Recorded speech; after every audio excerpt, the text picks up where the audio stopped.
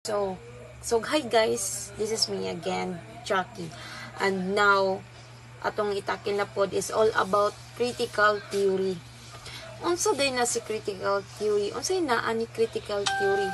Ginaingon diri nga si critical theory is we are trying to criticize those available law. Kumbaga, gina-question nato ang usa ka balaod. Nganong ingani ka exclusive ang balaod? Nganong ingani ka specific sa usa ka grupo ang balaod? How about us? Kumbaga, diri ginaingon nga masabtan daw nato ang tao nga mo-commit og krimen kay tungod wala nila masabtan ang sistema, tungod wala nila masabtan ang balaod, mo nang masabtan nato sila nga mubuhat og krimen.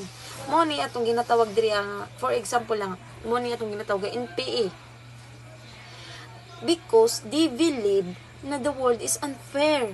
They want to change the system. Gusto nila nga equal tanan. Walay matawag nga dato o pobre. Mo na si critical theory. Example din na mo na si NPA.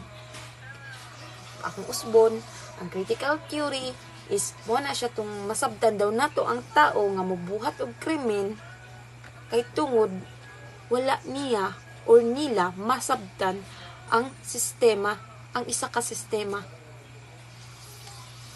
Para